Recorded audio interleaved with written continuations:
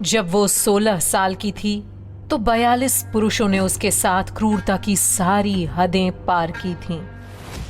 ये केरल का एक ऐसा दिल दहला देने वाला केस है जिसके लिए केरल सरकार ने पहली बार स्पेशल कोर्ट की स्थापना की थी, जिसके बारे में अगर आज भी बात करते हैं तो आपके रोंगटे खड़े हो जाते हैं और जहन में केवल एक ही सवाल आता है, कैसे एक 16 साल की बच्ची ने इतनी बर्बरता को सहन किया होगा।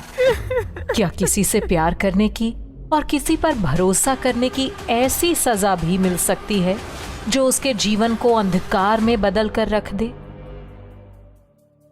16 जनवरी 1996 एक ऐसी काली तारीख जिसने एक मासूम सी 16 साल की बच्ची की जिंदगी को श्राप बनाकर रख दिया। ये घटना है केरल के सूर्यनेल्ली की, जिसने पूरे भारत को झकझोर कर रख दिया था। आधी रात का समय और मासूम सी लड़की एक आदमी के सामने गिड़गिड़ा रही थी। देखो, भगवान के लिए मुझे छोड़ दो, मैं तो यहाँ राजू के लिए आई थी। मुझे नहीं पता था कि वह मुझे ऐसे बीच सफर में ही छोड़कर गायब हो जाएगा। मुझे मेरे घर जाना है, जाने दीजिए ना।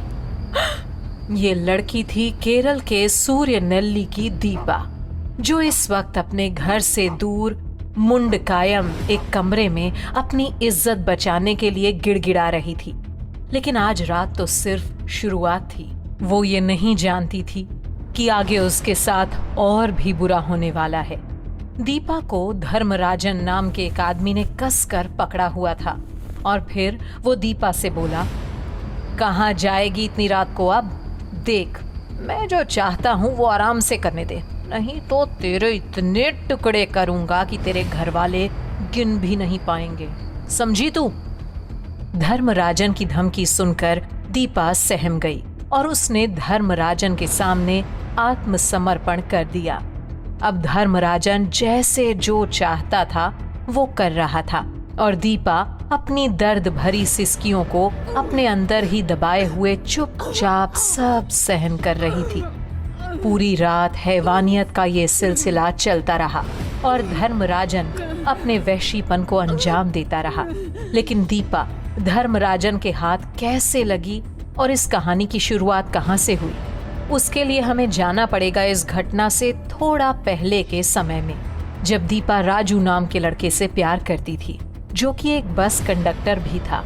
आज दीपा फिर से राजू से मिलने आई थी और हर बार की तरह राजू आज भी दीपा को अपने साथ चलने के लिए बोल रहा था। दीपा ने मासूमियत से पूछा, आप सच बोल रहे हो ना?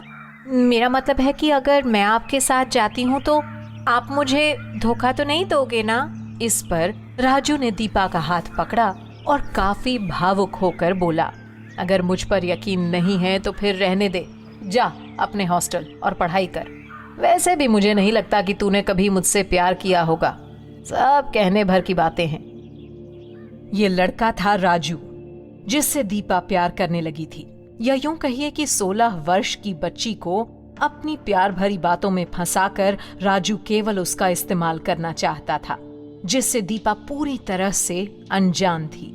दीपा मुन्नार के लिटिल फ्लावर कॉन्वेंट स्कूल के हॉस्टल में रहती थी और वहीं से वो राजू को जानने लगी थी। राजू की बातों में आकर दीपा ने 16 जनवरी को अपना हॉस्टल छोड़ा और राजू का हाथ थामे निकल पड़ी एक नए सफर पर। लेकिन तब वो ये नहीं जानती थी कि ये सफर उसकी जिंदगी का सबसे दर्दनाक सफर बनने वाला है। आगे क्या हुआ दीपा के साथ? क्या राजू देगा दीपा को धोखा?